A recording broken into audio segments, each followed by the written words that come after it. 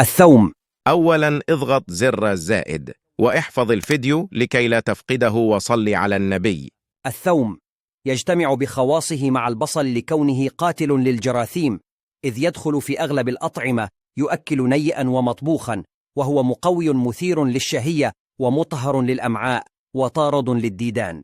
كان معكم الدكتور نافع من قناة الغلابة. اضغط زر الزائد واحفظ الفيديو لكي لا تفقده.